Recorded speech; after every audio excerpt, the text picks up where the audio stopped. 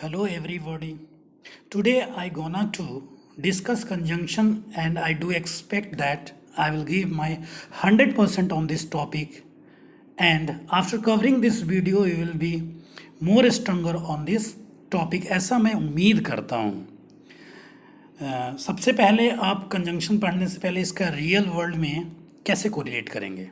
जैसे बहुत सारी ट्रेन की पटरियाँ होती है जिसको रेल हम लोग कहते हैं, वो कैसे एक दूसरे से ज्वाइन होती है, तो उसके ज्वाइन करने का एक टेक्निक है और उस टेक्निक से ज्वाइन करके एक दूसरे को ज्वाइन कर दिया जाता है। ठीक है, तो ये तो रियल वर्ल्ड का कोई एग्जाम्पल है। लेकिन जब ग्रामर हम लोग पढ़ते हैं इंग्लिश, तो उसमें क्या होता है कि दो सब्जेक्ट्स को जोड़ना हो, दो वर्ड्स को जोड़ने हो या दो से अधिक जो सेंटेंसेस होते हैं उनको जोड़ना हो या फिर वाक्यांशों को जोड़ना हो, तो इसको भी एक जोड़ने का ग्रामर में रूल बनाया गया है और उस रूल को पढ़ना कंजंक्शन के अंडर में होता है। ठीक है, तो हिंदी में इसको संयोजन कहते हैं कंजंक्शन को, और इंग्लिश में कंजंक्शन ही कहा जाता है। तो सबसे पहले इसको डिफाइन करते हैं कि व्हाट इज कंजंक्शन। देखिए, तो conjunction is a word or a group of words which joins two or more than two words, phrases, clauses and sentences. तो कंजंक्शन वह शब्द या शब्दों का समूह। इसका मतलब ये क्लियर हो गया कि कंजंक्शन एक वर्ड भी हो सकता है, मोर देन वर्ड्स का एक कलेक्शन भी हो सकता है। शब्दों को जोड़ता है, शब्द समूहों को जोड़ता है, वाक्यांशों को जोड़ता है और वाक्यों को भी ये कंजंक्शन जोड़ने का काम करता है। जैसे एक वर्ड में एंड हो गया, बट हो गया, लेकिन शब्द समूह में क्या होगा, as well as, in accordance with, together with. तो ये सारे क्या हो गए, शब्दों का समूह हो गया। और पेयर में भी आता है, जैसे although, yet, not only but also, either और नाइदर नॉर। तो ये सारे जो हो गए ये पेयर में आ गए। तो कंजंक्शन के बहुत सारे टाइप भी होते हैं, पर हम लोग आज टाइप नहीं कवर करेंगे क्योंकि वो एग्ज़ाम के लिए इम्पॉर्टेंट नहीं है, वो आपके एग्ज़ाम में नहीं पूछे जाएंगे। और इस कंजंक्शन पार्ट से कॉमन एरर में ही बहुत सारे क्वेश्चंस आते हैं। तो how to find out error we will cover in this series. Okay, और ये कंजंक्शन सिर्फ ग्रामर के पॉइंट्स ऑफ व्यू से नहीं, आप कम्युनिकेशन में भी इसका बहुत ही ज़्यादा यूजेस होता है। तो दोनों साइड से आपको ये बेनिफिट होगा। ओके, डिस्कशन करता हूँ। देखिए, बहुत सारे जो कंजंक्शन होते हैं जो दो सब्जेक्ट्स को ज्वाइन करते हैं, तो उस पर वर्ब का भी कुछ फ़र्क पड़ता है कि कुछ वर्ब्स ऐसे होते हैं जो पहले वाले सब्जेक्ट के अकॉर्डिंग इफेक्टेड रहते हैं, कुछ बाद वाले के अकॉर्डिंग इफेक्टेड रहते हैं। ठीक है, तो हम लोग पहला रूल देखते हैं कि when two subjects are joined by as well as, with, along with, and not, in addition to, but besides, except, rather than, accompanied by, in accordance with, together with और एक्सेट्रा। तो अगर इन सारे word से जब दो subject को जोड़ते हैं तो हमारा जो वर्ब किसके अकॉर्डिंग होगा, फर्स्ट सब्जेक्ट के अकॉर्डिंग होगा। Then verb is use according to first subject. तो दो सब्जेक्ट को जब as well as, with, along with, and not, in addition to, but beside, except, rather than, accompanied by, इन सब से जोड़ा जाए तो जो वर्ब होगा पहले वाले सब्जेक्ट के अकॉर्डिंग ही होगा, ना कि बाद वाला। हो सकता है पहला वाला सिंगुलर हो तो वर्ब सिंगुलर होगा, हो सकता है पहले वाला प्लूरल हो तो वर्ब भी क्या होगा, अपना प्लूरल ही यूज होगा। ठीक है, अब देखिए, एज वेल एज का मतलब क्या होता है, साथ ही साथ साथ, विथ मतलब साथ होता है, along विथ मतलब के साथ होता है, एंड नॉट मतलब और नहीं होता है, इन एडिशन टू मतलब इन एडिशन टू जो है उसके अलावे भी, बट का लेकिन बिसाइड्स का मतलब होता है इन एडिशन टू के सेंस में ही यूज होता है। पर दो वर्ड जान लीजिए, एक होता है BESID, बिसाइड, इसका जो मतलब होता है बगल में होता है। जैसे सीता सिट्स बिसाइड मी, वो मेरे बगल में बैठती है। और बिसाइड्स जब आया हुआ है, एस लगा हुआ है, मतलब I need water besides food, मतलब मुझे उसके अलावे भी और चाहिए। एक्सेप्ट मतलब होता है अतिरिक्त, एक्सेप्ट कुछ चीज़ें, जैसे कि I want a pencil except books. तो कुछ ऐसा सेंटेंस हम बना सकते हैं कि कुछ अतिरिक्त के सेंस में यूज होता है।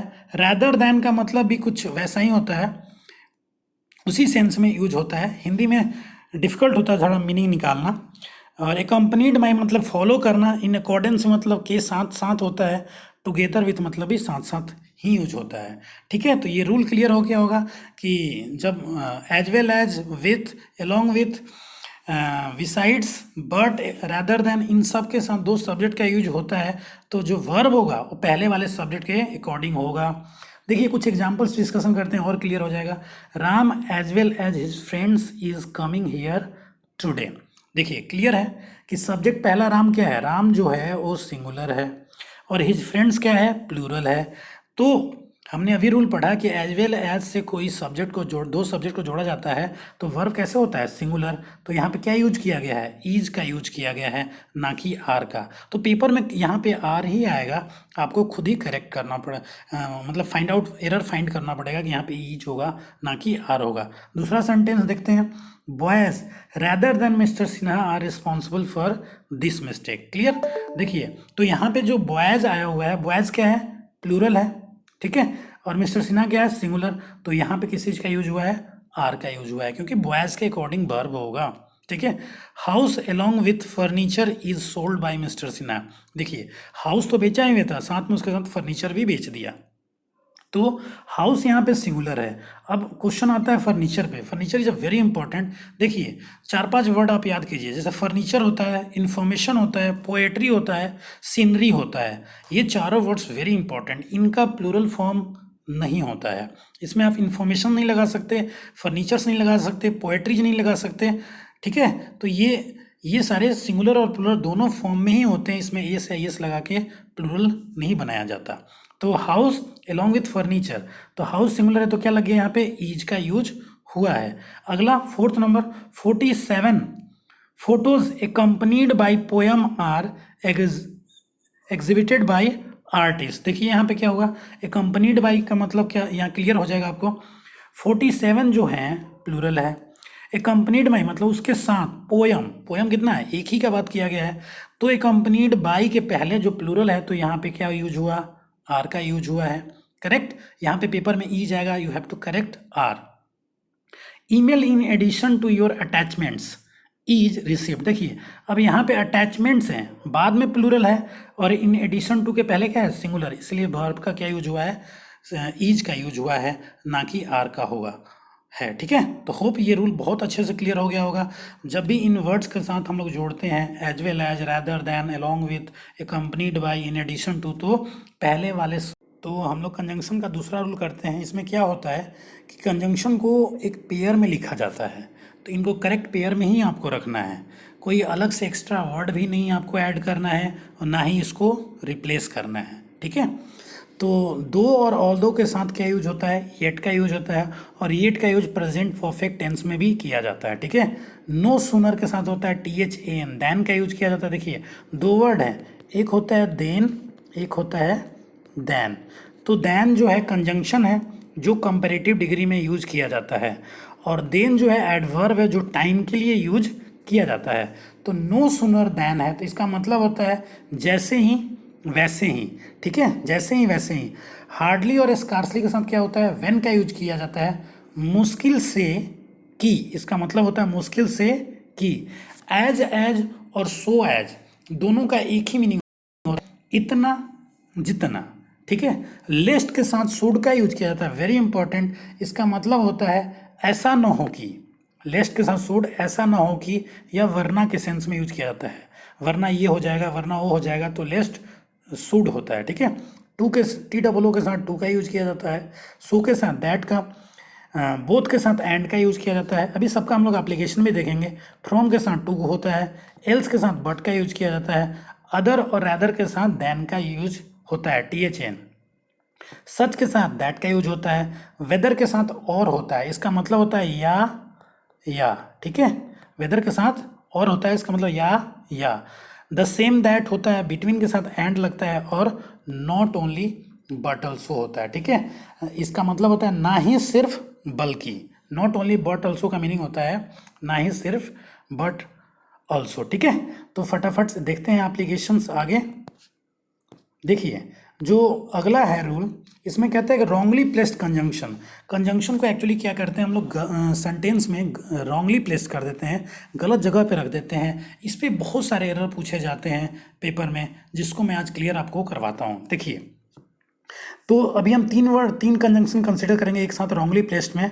नॉट ओनली बट ऑल्सो, या आइदर और, या नाइदर नॉर। ठीक है, देखिए जो नॉट ओनली, मैं एक का एग्जांपल लेता हूँ। मान लीजिए यहाँ पे लिखा हूँ नॉट ओनली, यहाँ लिख दिया बट ऑल्सो।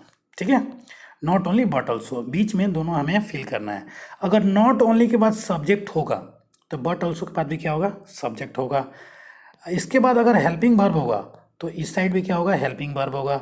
इसके बाद वर्ब होगा तो दूसरे बट ऑल्सो के बाद भी वर्ब का यूज होगा। ठीक है, अगर इधर ऑब्जेक्ट आया है तो उधर भी ऑब्जेक्ट होगा। मतलब both part should be completely balanced. ये आपको ध्यान रखना है कि नॉट ओनली बट ऑल्सो, यहाँ पे नॉट ओनली बट ऑल्सो के स्थान पे आप आइदर और नाइदर नॉर भी रख सकते हैं। ठीक है, तो अगर इनके पास सब्जेक्ट होगा तो सब्जेक्ट आएगा दूसरे पार्ट में भी, अगर हेल्पिंग वर्ब है तो हेल्पिंग वर्ब ही आएगा, और वर्ब है तो वर्ब आएगा, ऑब्जेक्ट है तो ऑब्जेक्ट ही आएगा। तो ये क्या होना चाहिए, कंप्लीटली बैलेंस्ड फॉर्म में होना चाहिए। ठीक है, और नॉट ओनली बट ऑल्सो ऐसे तो कोरिलेटिव कंजंक्शन है, इसको कोरिलेटिव भी कहा जा सकता है। और इनकी ये खासियत है कि ये दो सब्जेक्ट्स या दो ऑब्जेक्ट्स या दो वर्ब आदि को ये जोड़ता है। ठीक है, तो मैं एग्जांपल आपको क्लियर करवाता हूँ नीचे वाले एग्जांपल से। ठीक है, तो देखते हैं। देखिए पहला एग्जांपल जो है यहाँ पे, not only they abused my friend but also my uncle. तो इसको ध्यान से नहीं देखिएगा तो गलती हो जाएगा। सबसे पहले देखिए बट ऑल्सो के बाद माई अंकल, ऑब्जेक्टिव है, positive case and objective case दोनों आया हुआ है बट ऑल्सो के बाद। तो नॉट ओनली के बाद भी सेम स्ट्रक्चर फॉलो होना चाहिए। तो क्या करेंगे यहाँ पे, देखिए यहाँ पे जबकि लेफ्ट हैंड वाले साइड पे नॉट ओनली के बाद क्या आया है, सब्जेक्ट आया है, वर्ब का यूज किया गया है, जो गलत है फर्स्ट पार्ट में। तो करेक्ट क्या होगा, इस नॉट ओनली को उठा के कहाँ रखेंगे, माई फ्रेंड के पहले रख देंगे। तो नीचे करेक्ट हरा वाला जो कलर में करेक्ट है, they abuse not only my friend but also my uncle. तो अब ये करेक्ट हो गया। ठीक है, दोनों साइड बैलेंस्ड फॉर्म में आ गए। अगला सेंटेंस है, not only I have open a tuition centre but I have also open an institute. तो क्या होगा यहाँ पे, देखिए दूसरे साइड में देखिए कई बार ये कन्फ्यूजन आता है, बट के बीच में आई हैव आया हुआ है और ऑल्सो, तो कहेंगे किसको हम लोग देखेंगे अब। तो यहाँ पे आपको जो देखना है ऑल्सो के बाद देखना है, पहले वाला नहीं, बट के बाद वाला नहीं, ऑल्सो के बाद। तो ऑल्सो के बाद क्या दिया हुआ है, वर्ब का डायरेक्टिव फॉर्म यूज हुआ है, वर्ब का सेकंड फॉर्म है, पास्ट इंडेफिनिट में यूज किया गया है। तो नॉट ओनली के बाद भी वर्ब का सेकंड फॉर्म होगा, ये क्लियर है।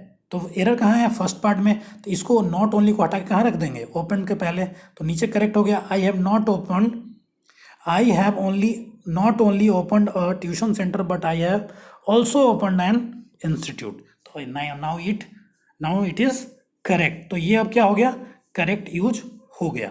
थर्ड हो गया, he not only lost his bag but also his licence. देखिए इसमें क्या प्रॉब्लम हुआ है। ठीक है, अगला जो सेकेंड पार्ट में आप सीधे देखेंगे हिज लाइसेंस है, जबकि यहाँ पे नॉट ओनली के बाद क्या हो गया, वर्ब का यूज हुआ, बिल्कुल गलत हो गया। तो इसको क्या करेंगे, नॉट ओनली को उठा के कहाँ रख देंगे, जस्ट वर्ब के बाद में रख देंगे। ठीक है, जस्ट वर्ब के बाद में रखते ही क्या हो जाएगा, ये करेक्ट हो जाएगा। तो करेक्ट क्या आया, देखिए अगला वाला जो यहाँ पे, he lost not only his bag but also his license, completely balanced form में आ गया सेंटेंस। ठीक है, चौथा एग्जाम्पल देखते हैं, प्ले इधर वेल और गो आउट ऑफ ग्राउंड। देखिए यहाँ पे और के बाद क्या हुआ है, और के बाद सीधे वर्ब आया हुआ है। तो इधर के बाद भी क्या होना चाहिए, सीधे सीधे वर्ब होना चाहिए, जबकि वर्ब कहाँ लिखा हुआ है, पहले लिखा हुआ है। तो इधर के बाद उठा के लाइए तो करेक्ट हो जाएगा। तो इधर प्ले वेल और go out of the ground, correct. अगला देखते हैं, neither we have medicine of कोविड-19 नॉर मेडिसिन ऑफ H1N1। तो यहाँ पे जो नॉर वर्ड आया हुआ, नॉर के बाद क्या है, मेडिसिन ऑफ H1N1। तो यहाँ जो फर्स्ट पार्ट में है, नाइदर के बाद भी क्या होना चाहिए था, मेडिसिन ऑफ H1N1। तो करेक्ट क्या बन जाएगा, we have neither medicine of कोविड-19 nor the medicine of H1N1। कहने का मतलब जैसा फर्स्ट पार्ट में स्ट्रक्चर होगा वैसे ही सेकेंड पार्ट में भी होगा। तभी जाके करेक्ट सेंटेंस बनेंगे, और ऐसे बहुत सारे कॉमन एरर आपको पेपर में आएंगे। ठीक है। चौथा जो है नाइदर नॉर और इधर और नॉर के बाद इसमें एक और जो वर्ब को लेके रूल है कि two subjects are joined by these conjunction verb will be according to near subject. ठीक है। पहले वाला हमने एज वेल एज वाला जो रूल देखा था, जो चौथा रूल है उसमें ये कहा गया है कि नाइदर नॉर या आइदर और या सिर्फ और या नॉर। ठीक है।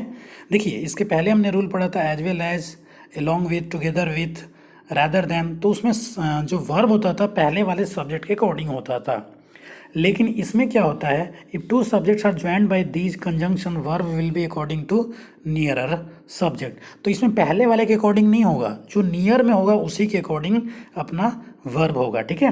पहला देखिए, neither Ramesh nor his friends is good in English. देखिए यहाँ पे जो इज का यूज हुआ है ये गलत हो गया है, क्योंकि फ्रेंड्स क्या है, फ्रेंड्स प्लूरल है। अब प्लूरल के लिए क्या लगता है, आर हेल्पिंग वर्ब का यूज होता है, ना कि ईज। ठीक है। तो पेपर में यहाँ पे करेक्ट करना पड़ेगा आपको, ध्यान से देखिए। Neither Ramesh nor his friends are use होगा, ना कि ईज होगा। ठीक है। Either they or he have done this mistake. देखिए होता क्या है गलती, दे और ही हम देखते हैं तो दिमाग में आता है कि दो जुड़े हुए हैं तो है प्लूरल होगा, हैव का यूज हम लोग कर देते हैं। लेकिन ये क्या है, रॉन्ग है, क्योंकि नियर बाई देखना है। तो नियर में क्या है, ही है, ही के अकॉर्डिंग ही के साथ क्या यूज होता है, हैज यूज होता है, ना कि हैव। तो हमारा हैव होगा। Either they or he has done this mistake, correct. Third देखते हैं, he will either solve the problem else may say sorry to me. देखिए इसमें क्या होगा, इसमें क्लियर है कि ही will either solve the problem else से सॉरी टू मी। जब ऐसे क्वेश्चन आएगा तो यहाँ पे प्रॉब्लम ये हो गया है कि पेयर गलत हो गया है, क्योंकि आइदर के साथ हम क्या यूज करते हैं, और क्योंकि रनिंग इंग्लिश में आपको पता नहीं चल पाएगा यहाँ पे क्या लिखा हुआ है, एल्स का यूज किया हुआ है। तो यहाँ एल्स नहीं होगा, क्या होगा, और का करेक्ट यूज होगा। ओके। अगला चौथा है, he not only sings local song but dance. देखिए यहाँ पे क्या आपको करेक्ट करना है, गलती क्या हुआ है यहाँ पे, पहले ये देखिए। तो not only sings local song but dance का यूज हुआ है, लेकिन हम लोग क्या पढ़ते हैं करेक्ट ईयर में, नॉट ओनली बट ऑल्सो। ठीक है। ये उसका एग्जाम्पल है। तो he not only sings local songs but dance also. Common error में एक्चुअली ये कभी मिसप्लेस कर देता है, तो ये प्रॉपर फॉर्म में होना चाहिए। ठीक है। तो कॉमन एरर ये ध्यान रखना है। फिफ्थ क्या है, फिफ्थ में है कि देखिए, neither of, none of, either of, one of, ये चार जो आपके कंजंक्शंस हैं इनको बड़े ध्यान से करना है। नाइदर ऑफ जो होता है, नाइदर ऑफ और नन दोनों नेगेटिव सेंस में यूज होता है। आइदर ऑफ और वन ऑफ दोनों होता है पॉजिटिव सेंस में, मतलब सकारात्मक सेंस में। आइदर ऑफ जो होता है, जो नाइदर ऑफ होता है नेगेटिव सेंस में दो के लिए, नन ऑफ होता है जो नेगेटिव सेंस में दो से ज़्यादा के लिए। पॉजिटिव सेंस में सकारात्मक के लिए आइदर ऑफ दो के लिए यूज किया जाता है, और दो से ज़्यादा के लिए सकारात्मक में हम लोग क्या यूज करते हैं, वन ऑफ। तो मैं दो सेंटेंस से आपको क्लियर करता हूँ। देखिए, neither of his 4 factories perform very well in this quarter. देखिए क्या करना है इसमें, नाइदर ऑफ हिज 4 फैक्ट्री। सबसे प्रॉब्लम है, देखिए एक चीज़ तो याद रखिए, नाइदर, आइदर, ईच, एवरी, ये जो वर्ड्स हैं इनके बाद वर्ब हरदम सिंगुलर होता है। रूल याद रखना है, ये प्रोनाउन के रूल हैं। नाइदर, आइदर, ईच, एवरी के बाद वर्ब क्या होता है, सिंगुलर होता है, करेक्ट। देखिए जब neither of, each of, either of, none of, ये जितने भी ऑफ लग के आते हैं इनके साथ, तो उसके बाद सबसे पहले क्या लिखा जाता है, द का यूज करते हैं अगर नाउन का यूज हुआ हो इसके बाद तो। और जो नाउन यूज होगा वो किस फॉर्म में होता है, प्लूरल फॉर्म में यूज होता है। यहाँ पे जो नाउन होगा प्लूरल फॉर्म में, मतलब neither of, none of, each of, one of, जो भी आएगा ऐसा यूज, उसके बाद हम लोग क्या लिखेंगे, दी का यूज करेंगे, और नाउन को हरदम प्लूरल फॉर्म में रखा जाएगा। जो पहला सेंटेंस है देखिए, नाइदर ऑफ हिज 4 फैक्ट्रीज, ये आप जब देखेंगे तो पता लगेगा कि नाइदर ऑफ तो हम दो के लिए यूज करते हैं, यहाँ पे चार तो हो ही नहीं सकता, तो यहाँ पे क्या हो गया, गलती हो गया।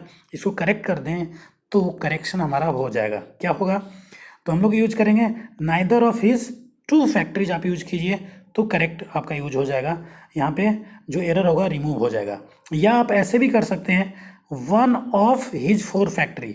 अब नाइदर को ही क्या बना दीजिए, नन ऑफ बना दीजिए, क्योंकि नेगेटिव में यूज हुआ है तो नन ऑफ आप लिख दीजिए। नाइदर, यहाँ पे नाइदर को नॉन ऑफ से रिप्लेस कर दीजिए। None of his four factories perform very well in this quarter, तो ये भी करेक्ट हो जाएगा। क्लियर, तो दोनों आप ये करेक्ट फॉर्म पे लिखे हुए हैं। अगला देखते हैं, either of the teacher of your school has won the prize, on that prize. तो यहाँ पे देखिए, जब आप आइदर ऑफ यूज करते हैं और आपको ये कंफर्म नहीं है कि दो हैं कि मोर देन टू हैं, तो क्या लिखिएगा, वन ऑफ लिखिएगा। वन ऑफ द टीचर, आपको अभी स्ट्रक्चर भी बनाया था, जैसे लिखते हैं वन ऑफ, उसके बाद क्या लिखना है आपको, द और प्लूरल नाउन लिखना है। नाउन किस में लिखना है, प्लूरल फॉर्म में। देखिए one of the teachers correct हो गया। अब one of the teacher of your school has won that prize. ठीक है, तो इस तरह से आप इसको करेक्ट कर सकते हैं। या either of two teachers of your school has won the prize, दोनों ही करेक्ट हैं। ठीक है, तो ये क्लियर आपको हो गए होंगे। 6 नंबर देखते हैं। 6 और 7 छोटे छोटे रूल्स हैं। जैसे लेस्ट के साथ शुड होता है, देखिए 2 बातें ध्यान रखना है लेस्ट के साथ। पहला चीज़, लेस्ट के बाद मे और विल का यूज नहीं होता कभी भी। जब भी आपको पेपर में आएगा प्रॉब्लम, तो वहाँ पे मे या विल का यूज करके ही दिया जाएगा। यू हैव टू रिप्लेस मे और विल बाय शुड। ठीक है, दूसरा चीज़, लेस्ट इज ऑलरेडी अ नेगेटिव, ठीक है, नेगेटिव सेंस में लेस्ट का यूज किया जाता है। तो फिर से आप लेस्ट के साथ नो, नॉट, प्रोहिबिटेड, फॉरबिड, ऐसे नेगेटिव वर्ड्स का यूज हम लोग लिस्ट के साथ नहीं करते हैं। ठीक है, क्लियर हो गया ना कि लिस्ट के साथ आपको नेगेटिव वर्ड का यूज नहीं करना, लिस्ट के साथ मे और विल का भी यूज नहीं होता। तो करेक्ट यूज क्या होता है, देखिए वर्क हार्ड लिस्ट यू में फेल। देखिए यहाँ पे मे का यूज हुआ है, तो जो कोई गलत है तो हम क्या रिप्लेस करेंगे, should say. Work hard लेस्ट you should fail, correct हो गया। दूसरा, play well लेस्ट you should not lose this game. कई बार ये क्वेश्चन आ गया है पेपर में कि शुड भी यूज किया हुआ लेस, एकदम करेक्ट है, लेकिन आप नॉट पे ध्यान नहीं जाता। आपको नॉट पे भी ध्यान रखना है कि कोई भी नेगेटिव नहीं होगा। तो play well लेस्ट you should lose this game, तो करेक्ट यूज क्या हो जाएगा। दोनों आपको नोट वाली चीज़ें ध्यान रखना है कि इसके साथ फिल और आपको मे का यूज नहीं करना, साथ में नॉट का भी यूज नहीं करना, नेगेटिव वर्ड्स का यूज नहीं करना। एंड के साथ क्या होता है, बोथ का यूज। देखिए ये बहुत इजी है, बस आपको ध्यान रखना है। और वर्ब क्या होगा इसके साथ, एवरी टाइम प्लूरल वर्ब होता है, तो ये भी ध्यान रखिएगा। Both you as well as I में विजिट राम्स हाउस टुडे। यहाँ पे करेक्ट क्या है, देखिए बोथ के साथ एज वेल एज का यूज हुआ है, लेकिन क्या करना चाहिए था, एंड का यूज करना चाहिए था। ठीक है, बोथ यू एंड आई में visit Ram's house today. Clear, तो ये तो ईजी है, आप ध्यान रखिए। जो 8th है, 8th के साथ क्या, ऑल दो और दो के साथ एवरी टाइम एट का यूज किया जाता है।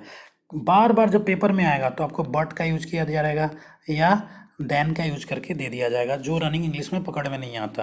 देखिए ऑल दो he is rich but he is माइजर, देखने में तो बहुत अच्छा लग रहा है पढ़ने में भी, लेकिन यहाँ पे बट का यूज क्या है, रॉन्ग है। तो क्या लिखेंगे, ऑल दो he is rich but he is, but नहीं लिखेंगे, येट ही इज माइजर लिखेंगे। कई बार क्वेश्चन में येट का यूज नहीं किया जाता है, सिर्फ कॉमा लिख देते हैं, although he is rich he is माइजर, ये भी करेक्ट आपका हो जाएगा।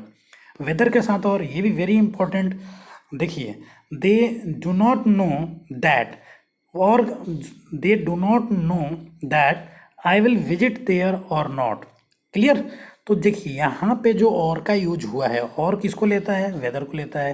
दैट का यूज यहाँ पे बिल्कुल ही नहीं होगा। ठीक है, तो करेक्ट नीचे देखिए दैट को हटा के आपने वेदर मैंने यूज किया है। दे do not know whether I will visit और नॉट, तो इसको आपको ध्यान रखना। तो अब हम लोग अनलेस, अनटिल और टिल तीनों एक साथ करते हैं, तीनों। ठीक है, देखिए अनलेस का यूज होता है कंडीशन इंडिकेट करने में, शर्त बताने के लिए, और अनटिल का यूज होता है जो टाइम बताने के सेंस में यूज किया जाता है। ठीक है, अनलेस का मतलब होता है यदि नहीं, और टिल का मतलब होता है जब तक। ठीक है, तो इनके साथ 4 पॉइंट आपको ध्यान पे रखना है कि पहला चीज़ कि टिल कभी भी किसी भी वाक्य के शुरुआत में नहीं होता। मतलब till is not use in the starting of any sentence, it can be use in the middle of any sentence. ठीक है, अनलेस और अनटिल का जो यूज होता है, इनके साथ नॉट या कोई भी नेगेटिव वर्ड का यूज नहीं होता। कहने का मतलब है अगर मैंने अनलेस कहीं सेंटेंस में लिखा हुआ है तो इसके साथ जो क्लॉज आएगा उसमें नॉट नहीं होगा, लेकिन कॉमा होगा, या दूसरा वाले पार्ट में आप नॉट का यूज कर सकते हैं, या हो सकता है कि इसके पहले कोई सेंटेंस हो तो इसके बाद अनलेस और अनटिल वाले क्लॉज में सिर्फ नेगेटिव का नहीं हो जाएगा, लेकिन दूसरे वाले सेंटेंसेस में नॉट का यूज हो सकता है। ठीक है, अनलेस और अनटिल के साथ विल, वुड और शैल का भी यूज नहीं होता, तीनों वर्ड का यूज नहीं करते हैं। लेकिन कहीं पे आपको जहाँ जोड़ देना हो, जहाँ एम्फेसिस करना हो, तो अनलेस और अनटिल दोनों एक साथ भी आ जाते हैं। करेक्ट, तो इसको आपको ध्यान पे रखना है। चलिए सेंटेंस देखते हैं। रिवाइज अनटिल आई रिटर्न, देखिए इसको कैसे आपको ध्यान पे देख रखना है कि दोबारा करे जब तक मैं वापस आता हूँ। तो ये जैसे हिंदी है रिवाइज अनटिल आई रिटर्न, तो यहाँ पे क्या होगा, यहाँ समय इंडिकेटिंग है। ठीक है, जब तक मैं वापस नहीं आता तब तक आप रिवाइज करो, तो करेक्ट यूज क्या होगा, अनटिल होगा। दूसरा वाला you will not succeed unless you work hard, तो देखिए यहाँ पे यदि आप कठिन मेहनत नहीं करेंगे तो सक्सेस नहीं होंगे, तो यहाँ पे क्या होगा, अनलेस का यूज होगा। कंडीशन बताने वाला अनलेस, टाइम बताने वाला अनटिल। तो कॉमन एरर देख लेते हैं नीचे, until I do not finish my lunch he won't go. देखिए अब प्रॉब्लम क्या हो गया, यहाँ पे प्रॉब्लम ये हुआ है कि यहाँ पे जो अनटिल वर्ड का तो यूज हुआ है, ठीक है, तो यहाँ पे एरर क्या होगा, एरर ये है कि अनटिल के साथ नॉट का यूज नहीं होता, जो डू नॉट यूज किया गया है ये रॉन्ग है, तो आप डू नॉट हटा दीजिएगा तो क्या हो जाएगा, करेक्ट आपका यूज हो जाएगा। Until I finish my lunch he won't go, ये करेक्ट हो जाएगा।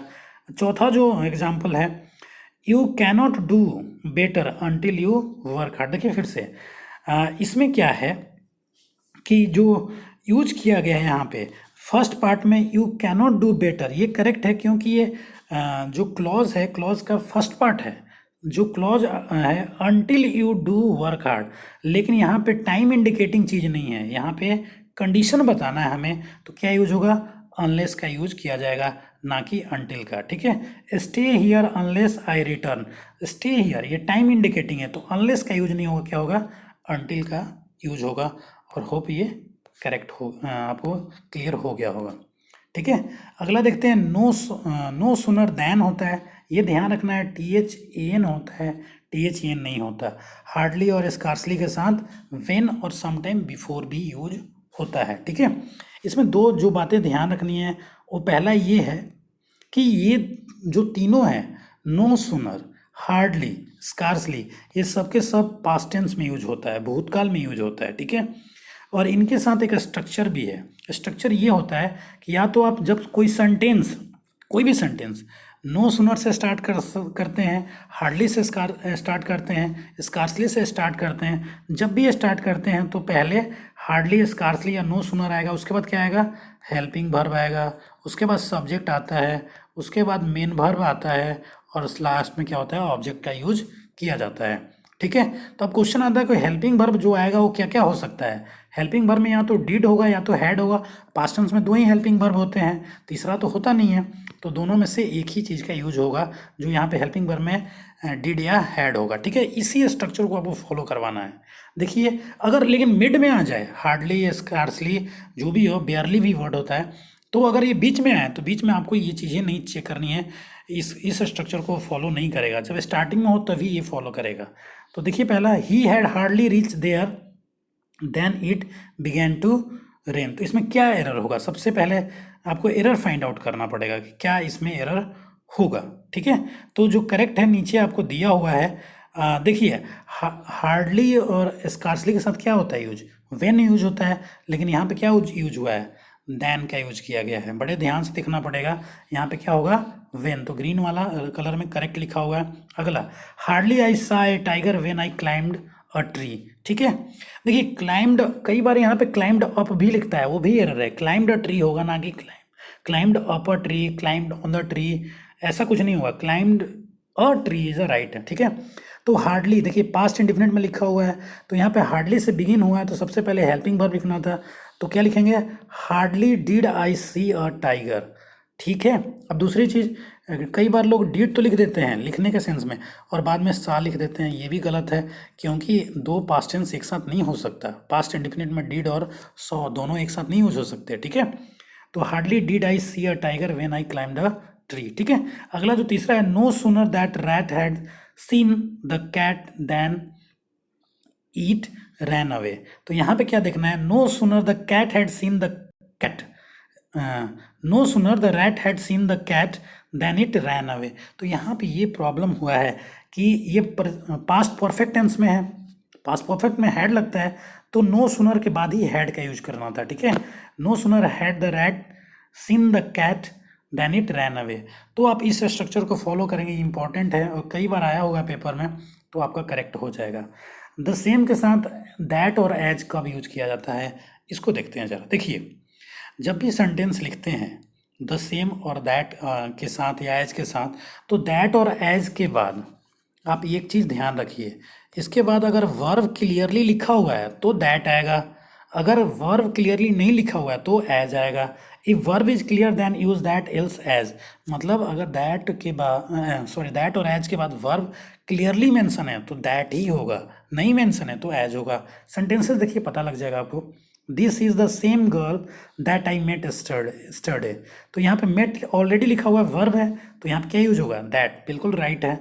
दे are the same team that own, यहाँ पे भी वर्ब क्लियर है तो दैट का यूज होगा क्योंकि द सेम हुआ है। अगला, this is the same shirt as mine, अब देखिए यहाँ पे एज होगा क्योंकि एज के बाद वर्ब नहीं है, सीधे सीधे माइन दिया है, पॉजेसिव केस दिया हुआ है, तो यहाँ पे एज का यूज होगा ना कि दैट का यूज होगा। पेपर में जब आएगा तो पहला सेंटेंस ऐसे आएगा आपको, this is the same girl as I met yesterday, तो इसमें तो पढ़ के पता ही नहीं लग पाता, लेकिन जब द सेम के साथ अब रूल देखिएगा तो दैट है और वर्ब बाद में क्लियर है तो दैट ही करेक्ट होगा, एज नहीं होगा, ठीक है। चौथा देख लेते हैं, he is the same man who help me, बहुत इंपॉर्टेंट है ये, देखिए इस सेंटेंस को बहुत लोग एरर नहीं पकड़ पाते। This is the same man, man के लिए हु आ गया, हेल्प मी करेक्ट लगा देते हैं, जबकि द सेम के साथ दैट का यूज होता है, ना कि हु का यूज होता है, ना ही विच का यूज होता है, ठीक है। क्योंकि बाद में वर्ब भी क्लियर है तो एज भी नहीं आएगा, तो यहाँ पे क्या होना चाहिए, दैट होना चाहिए, ना कि हु आना चाहिए। ओके, होप आपको क्लियर हो गया होगा।